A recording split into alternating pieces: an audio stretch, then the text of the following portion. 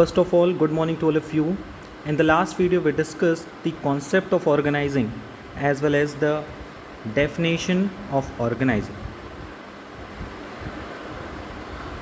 What is organizing? You know very well. Organizing is the process of identifying and grouping the work to be performed, defining and delegating responsibility and authority, and establishing relationship for the purpose of enable people to work most efficiently, effectively together in accomplishing objective.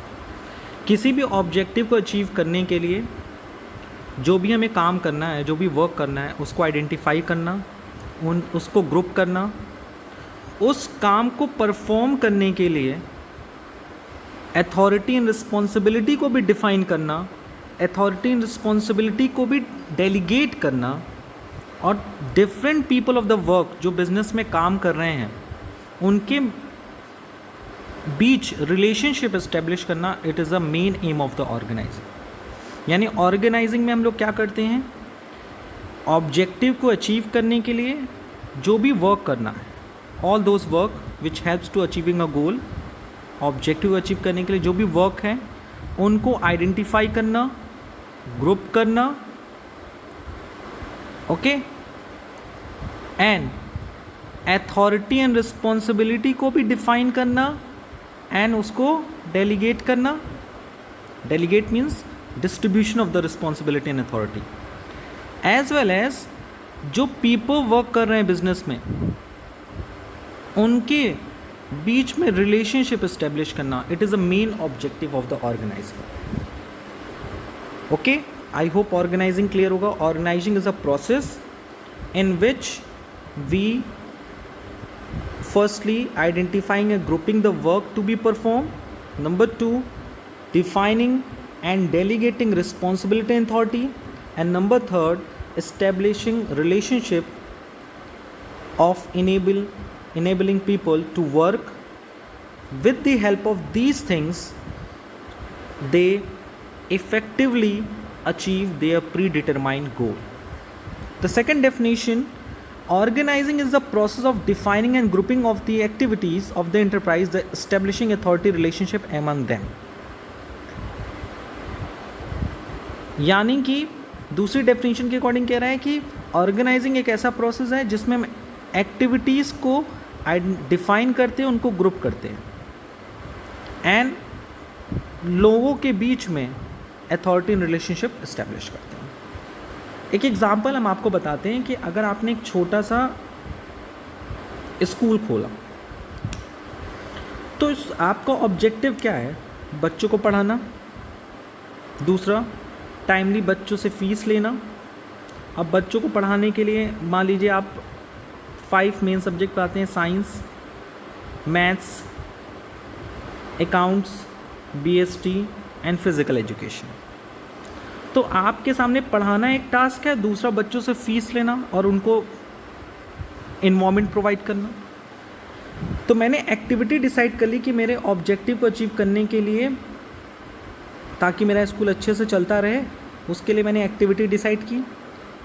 कौन कौन सी activity उसको define किया, जो same nature of the activity उनको group किया, और कौन बंदा काम करके अपनी रिस्पॉन्सिबिलिटी, अपनी रिपोर्ट करेगा कि देखिए मेरा ये काम हो गया है, ये डिसाइड करना. जैसे मैं किसी ऑर्गेनाइजेशन में काम कर रहा हूँ, मेरे यहाँ कोई टीचर वर्क कर रहा है, तो वो अपना काम पूरा करेगा तो किसको जाके रिपोर्ट करेगा, उसके लिए भी एक प्रॉपर चैनल होना चाहिए. So organizing is the process where as organization is the result. यानी ऑर्गेनाइजिंग से ही हम लोग ऑर्गेनाइजेशन का निर्माण करते हैं. एक ऑर्गेनाइजेशन तभी फॉर्म्ड हो पाता है when we follow the process of organizing.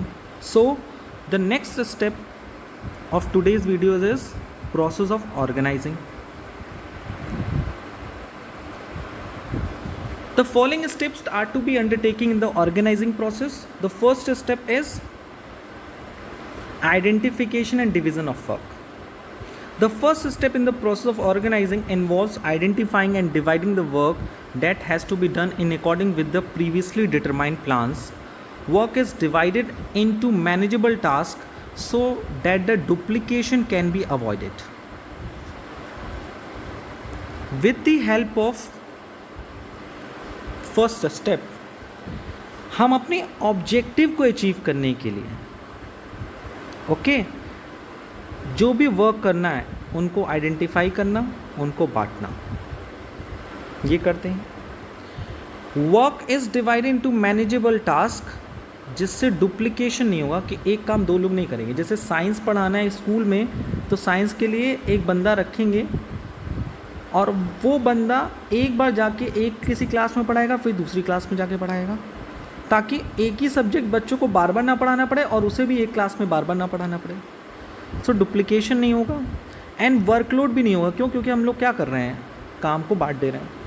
So the first step of the organizing is identification of the work as well as the division of work on the basis of their nature. Okay, पहला step clear हुआ। Number second, departmentalization. What is departmentalization? Once work has been divided into small tasks and manageable activities, then those activities which are the similar nature are grouped together. This process is called departmentalization. First step में हम लोग क्या करते हैं, काम कौन सा है उसको आइडेंटिफाई करते हैं और काम को बांटते हैं।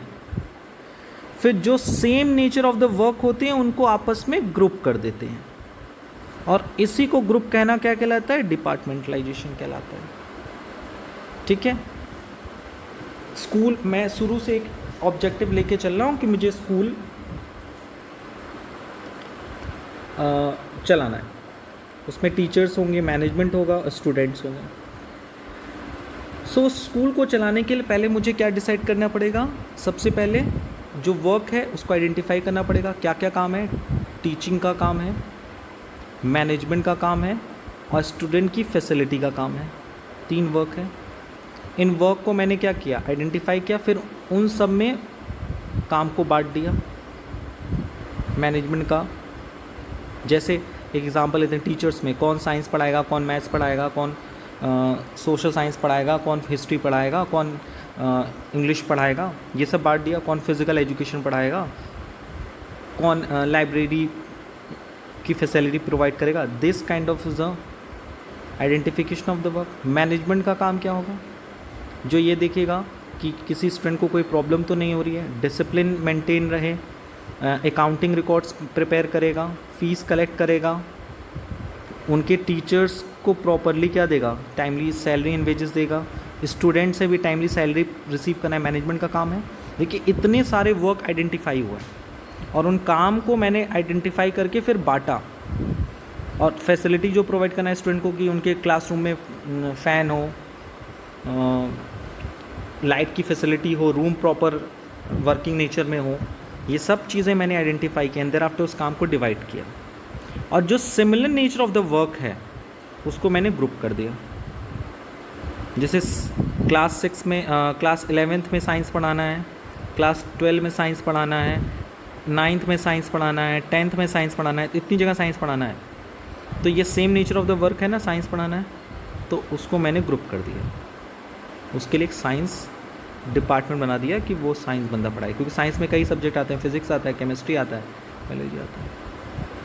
उसी तरह से क्लास 11th में कॉमर्स पढ़ाना है, क्लास 12th में कॉमर्स पढ़ाना है, तो same nature of the work है। पहले मैंने उसको डिवाइड किया कि क्लास 11th में कॉमर्स में क्या क्या पढ़ाना है, अकाउंट्स पढ़ाना है, बीएसटी पढ़ाना है, इकोनॉमिक्स पढ़ाना है, 12th में भी अकाउंट्स पढ़ाना है, बीएसटी पढ़ाना है और इकोनॉमिक्स पढ़ाना है। तो उसमें same nature of the work है, अकाउंट्स, बिजनेस, इकोनॉमिक्स।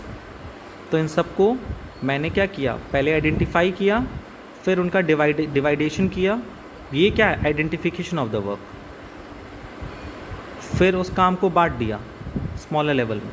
फिर जो सेम नेचर है, अकाउंटेंसी एंड अकाउंटेंसी, उसको आपस में क्या कर दिया, मर्ज कर दिया। So what is the meaning of departmentalization? The meaning of departmentalization means when work has been divided into small and manageable activity, then those activity which are the similar nature are grouped together, and this is called departmentalization. Departmentalization means activity which are divided into small and manageable activity which are similar nature are grouped together, which is known as departmentalization. And departments can be created on the basis of the product, function and territory. Yes, इस पे हम लोग बाद में discuss करेंगे कि department जो होते हैं वो प्रोडक्ट के बेसिस पे भी बनते हैं, फंक्शन के बेसिस पे बनते हैं, टेरिटरी के बेसिस पे भी बनते हैं। Okay, the third step of this process of organizing is assignment of duties. Once the department are created, each department placed under the charge of an individual called department head. Then each job is allocated to an individual according to his knowledge and skill. There should be a proper match between the nature of job and ability of an individual. मैंने काम को identify किया, divide किया, फिर जो similar nature of the work था उसको एक डिपार्टमेंट में डिवाइड कर दिया। अब उस डिपार्टमेंट का कोई एक हेड होगा, वो हेड उस डिपार्टमेंट में जितने भी वर्कर्स हैं, जो भी बंदे हैं, उनके नेचर, स्किल, इंटरेस्ट के अकॉर्डिंग उनको काम प्रोवाइड करेंगे और इसी को बोलेंगे assignment of duties. What is the meaning of assignment of duties? Job is allocated to an individual, every individual according to his knowledge and skill, and the important thing is a proper match between the nature of job and ability of an individual. Okay, this last and fourth steps of the organizing, that is establishing reporting relationship. अगर हम कोई काम कर रहे हैं, duty perform कर रहे हैं, तो ड्यूटी के लिए मुझे कोई ना कोई अथॉरिटी मिली होगी, एज वेल एज कोई ना कोई रिस्पॉन्सिबिलिटी मिली होगी। तो हम अपने काम को पूरा करने के बाद हम किसी न किसी के लिए तो आंसरेबल होंगे। अगर वो काम सही हो रहा है तो ठीक है, कोई बात नहीं, लेकिन अगर वो काम टाइमली नहीं हो रहा है, काम इफ़ेक्टिवली नहीं हो रहा है, देन इन सच सिचुएशन हमें किसी न किसी को तो जवाब देना पड़ेगा। सो इसके लिए हम the fourth step will be follow, that is establishing reporting relationship. In the organization each employ has some authority as well as responsibility. Yes, it is necessary that every individual must know whom he has to be take orders from whom and to is answerable. यानी जो individual जिसको duties assign हुई है, job allocate हुआ है, उसको ये भी तो पता होना चाहिए उसको ऑर्डर किससे लेना है और किसको जवाब देना है। This creates superior and subordinates hierarchy. जैसे स्कूल में क्या होगा, सबसे टॉप में स्कूल में एडमिनिस्ट्रेशन लेवल पे होगा प्रिंसिपल, प्रिंसिपल के नीचे होगा उस डिपार्टमेंट का कोऑर्डिनेटर और उसके नीचे होगा teachers.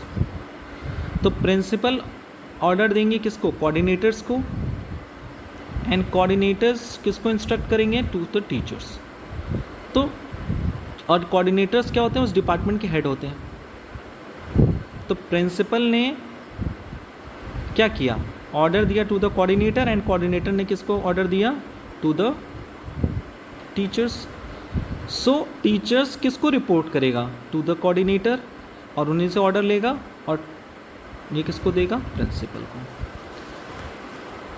Clear? coordinating various activity in the organization. So here it is the 4 important steps of the process of organizing. The first one, identifying the division of the work. Number 2, departmentalization. Number 3, assignment of duties. And number 4, establishing reporting relationship. Now we will move to the last topic of this video, that is importance of organizing. Why organizing is important? Because of, with the help of organizing, the first of all, we opt the benefits of specialization. You know very well, under this process, first of all we identify as well as the division of the work, and work allocate those person who are able to do this kind of work. So अगर हम ये कहना गलत नहीं होगा कि हम उसी बंदे को वो काम देंगे जो कि उस काम को करने के लिए क्या होगा?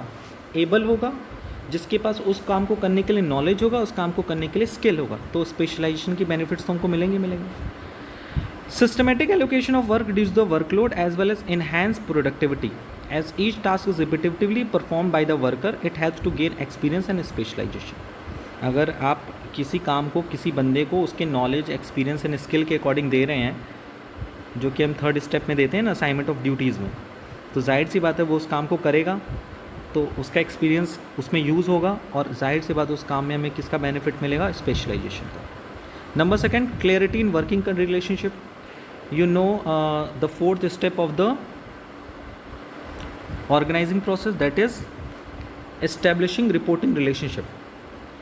So according to this step, The establishing of working relationship clarify the line of communication, specify which is accountable to whom, and thus there is no confusion regarding performance of work, fixation of responsibility and communication.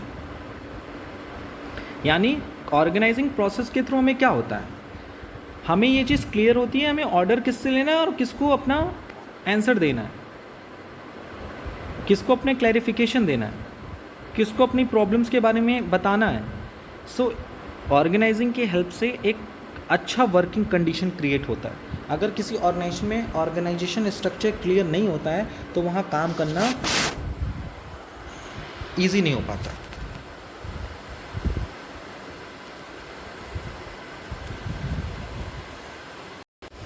The third benefit of the organizing is the optimum utilization of resources. It leads to a proper use of all material, finance and human resources by the proper assignment of jobs. Assignment of job to worker reduce duplication of the work, prevents confusion, minimization of wages, wastage and allows the best possible use of resources. अगर किसी काम को हमें करना है तो उसके लिए हमारे पास 3 तरह के रिसोर्सेज होने ज़रूरी हैं, material, financial and human. This is material, human resources, financial resources and physical resources.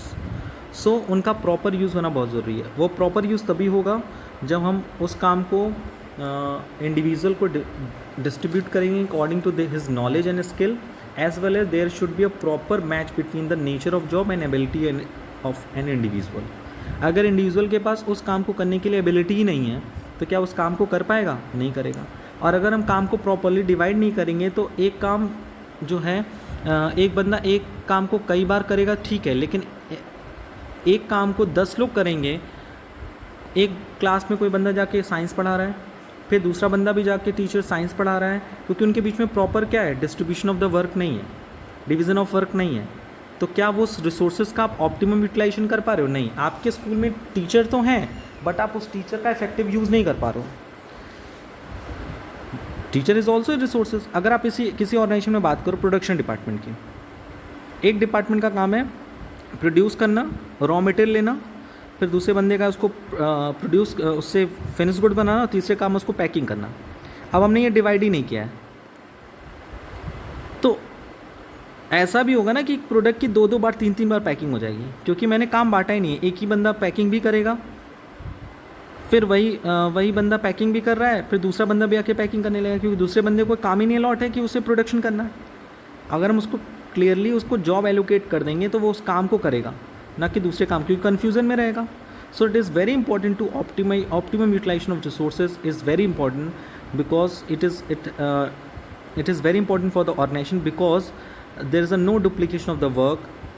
It reduces the workload as well as prevents confusion and efficient utilization of the resources. And adaptation of the change. It facilitates modification of organizational structure and revision of interrelationship among people in order to adapt to environmental changes. जब हम organisation create करते हैं, it is ready to provide stability and growth despite of external changes occurring in the business environment. With the help of organizing, you know very well कि हम एक ऐसे organisation का create करते हैं जो कि बिज़नेस में होने वाले जो फ्यूचर चेंजेस हैं या और इन्वायरमेंट में जो होने वाले चेंजेस हैं उसके लिए वो रेडी रहता है. अब वो समय समय पे उस चेंजेस को अपने बिजनेस में अडॉप्ट भी करता है. The next one is effective administration. It gives a clear discrimination of duties and responsibility of each individuals. This helps to avoid confusion regarding work and avoid duplication of activities. एक effective administration create होता है जो लोगों को उनके duties and responsibility के बारे में क्लियर डिस्क्रिप्शन प्रोवाइड करता है, एज वेल एज वर्क के बारे में जो उनकी भी कन्फ्यूज़न है उसको दूर करता है. जैसे मैं किसी डिपार्टमेंट में काम कर रहा हूँ और मुझे किसी काम को करने के लिए कोई कन्फ्यूज़न है तो मैं किसके पास जाऊँगा? कोई मेरा सुपीरियर होगा, हम उसके पास जाएंगे, उससे अपने काम को और इजी वे में समझने की कोशिश करेंगे. कन्फ्यूज़न कोई होगा तो वो हम दूर करेंगे. तो इफेक्टिव एडमिनिस्ट्रेशन भी क्रिएट होता है with the help of organizing. And the most important things of business environment, और they are basically 5 dimension of business environment. Number 1 is economic environment, number 2 is social environment, number 3 political environment, number 4 is legal environment, and number 5 is technological environment. And you know very well and कि ये सारे environment जो होते हैं, जो जितने भी dimension हैं वो business को काफ़ी इफ़ेक्ट करते हैं, बट बिज़नेस का इन सारे पे कंट्रोल नहीं होता है। या ये कह सकते हैं कि ये जो सारे फैक्टर्स होते हैं, फोर्सेस होते हैं, वो बिज़नेस को इफ़ेक्ट करते हैं और बिज़नेस को इन्हीं कंडीशन, इन्हीं के रूल्स के अकॉर्डिंग ही अपने बिज़नेस को ऑपरेट करना पड़ता है। और एट द समराइज मैं आपके सामने एक टेबल प्रेजेंट किया हूँ डायमेंशन ऑफ बिजनेस एनवायरनमेंट का। The first dimension of business environment is economic environment and it describe forces which impact economic impact of business. Number 2, the second important dimension of business is social environment, which describe the characteristics of society in which business firm operate. The first one is economic impact and number second is the impact of the society in business. Number third is political environment, which describe the political condition and nature of government intervention. कि हमारे business पे political condition का और government intervention का कैसा nature है, उसका क्या इफेक्ट पड़ रहा है, इन सारी चीज़ों पर डिस्कस किया जाता है.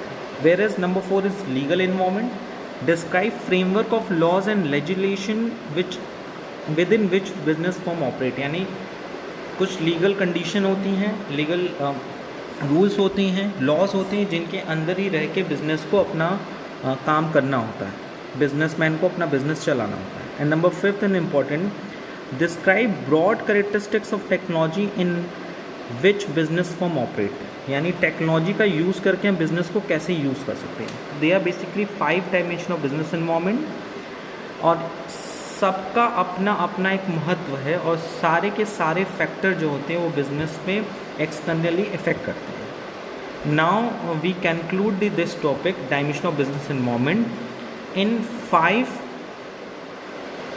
points. The first point is,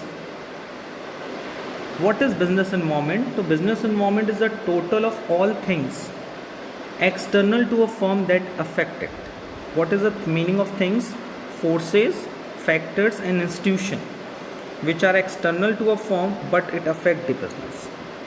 Number second, business environment may also be defined as all those conditions and forces external to a business firm under which it operates. It means business environment includes all those conditions, forces which are external to a business but under which business operates. Number third, and it denotes the dimension of business environment. कि business environment classify into 5 dimension, 5 categories: economical, political, socio-cultural, legal and technology.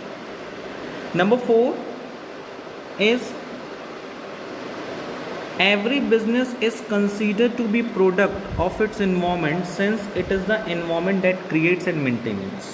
Yes, her business की ये जिम्मेदारी होती है कि उसका जो product है वो बिजनेस एनवायरनमेंट को क्रिएट करे, एनवायरनमेंट को बनाए, न कि इन्वायरमेंट को बिगाड़े और इन्वायरमेंट को मेंटेन करके रखा. और फिफ्थ और इम्पॉर्टेंट पार्ट ये है, जैसा हम जानते हैं कि बिज़नेस का जो नेचर होता है वो डायनेमिक नेचर होता है.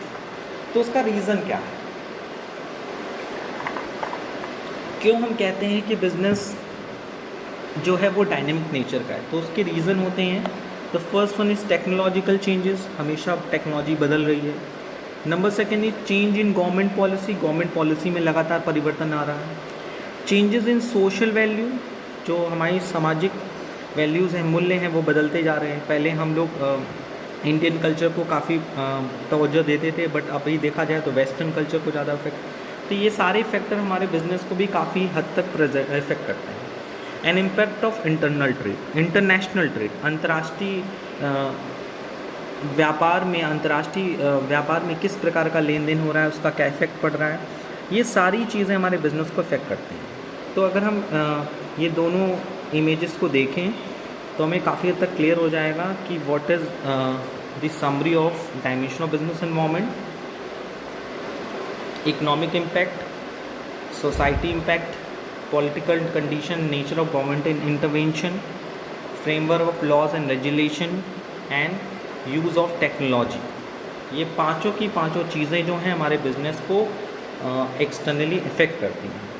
और ये जो दूसरा इमेज है ये इम्पोर्टेंट पॉइंट्स हैं जिसको हम अपने दिमाग में रख के किसी केस स्टडी को सॉल्व करने में काफ़ी हमें हेल्पफुल रहेगा।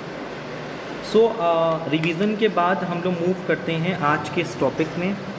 आज का जो हमारा टॉपिक है वो है economic environment in India.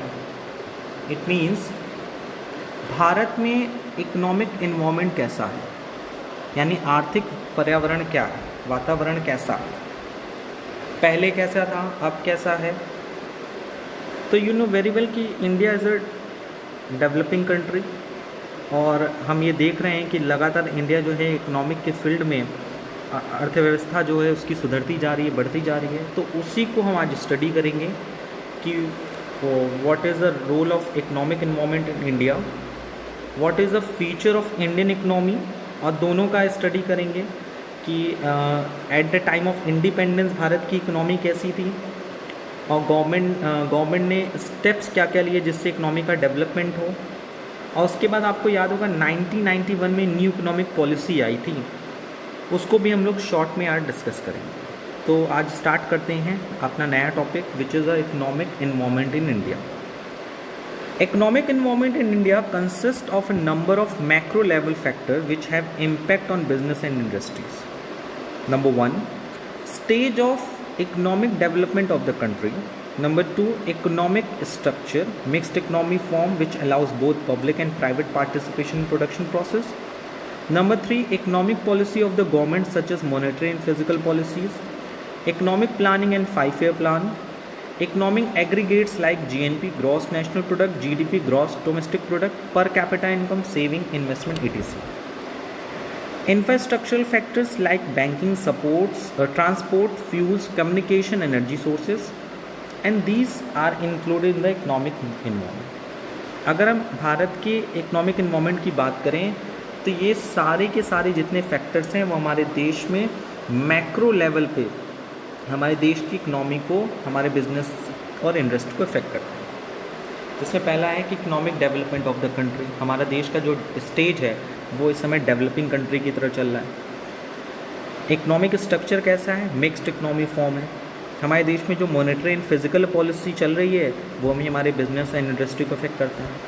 Economic planning, you know very well, planning commission organize हो गया है, पहले पॉलिसी कमीशन था, इससे पहले 5-year प्लान चलते थे, पंचवर्षीय योजनाएं, अब उसको चेंज करके पॉलिसी कमीशन आया है, नीति आयोग जिसका नाम है।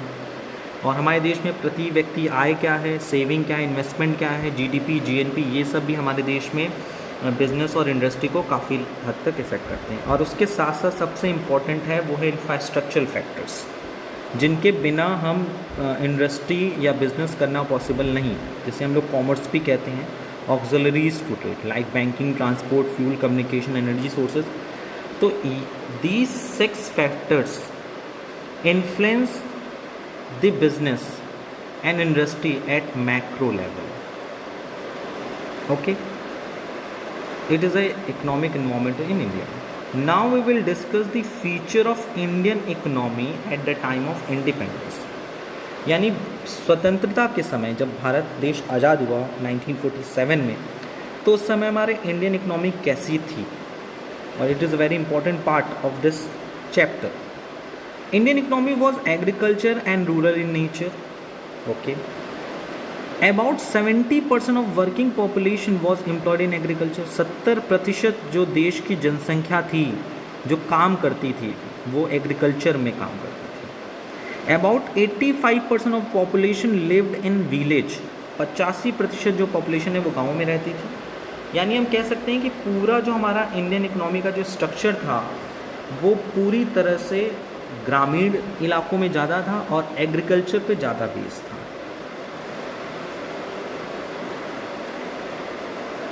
Number 4, production was carried out using irrational and low productivity technology.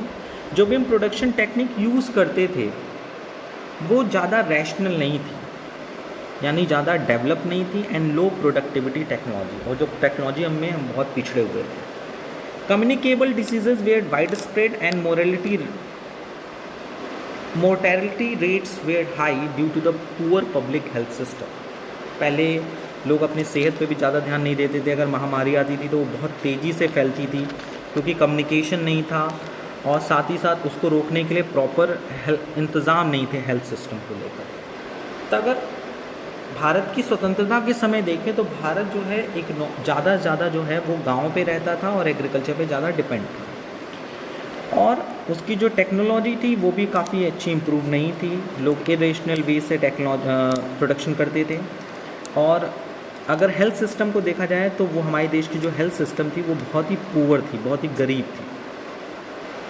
अब ये सारी कमियां तो हमने गिना ली, लेकिन भारत ने इकोनॉमी को सुधार करने के लिए कई स्टेप्स लिए हैं, उस पर भी हम लोग नज़र आते हैं। Government step for the economic development. The government took several steps to solve economic problem and frame development plan with the following objective. यानी भारत देश उस समय जब अपने आर्थिक समस्याओं से ग्रसित था, अपनी आर्थिक समस्याओं को सॉल्व करने के लिए उसने कई स्टेप्स उठाए। पहला स्टेप था initiate rapid economic growth to raise the standard of living, reduce unemployment and poverty. यानी भारत देश ने अपनी इकोनॉमिक कंडीशन को सुधारने के लिए सबसे पहले स्टैंडर्ड ऑफ लिविंग कॉन्सेप्ट लेकर आया। लोगों के जीवन के रहने का स्तर को बढ़ाने की कोशिश की, अनएम्प्लॉयमेंट कम करने की कोशिश की, गरीबी दूर करने की कोशिश की। Number 2, become self reliant and set up a strong industrial base.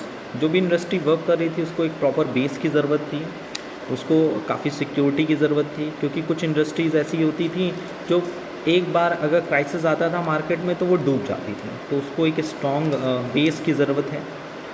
Reduce inequality of income and wealth. ये बहुत ही फेमस फ्रेज़ है कि हमारे देश में सबसे बड़ी कमी है कि जो अमीर है वो अमीर होता जा रहा है, जो गरीब है और गरीब होता जा रहा है।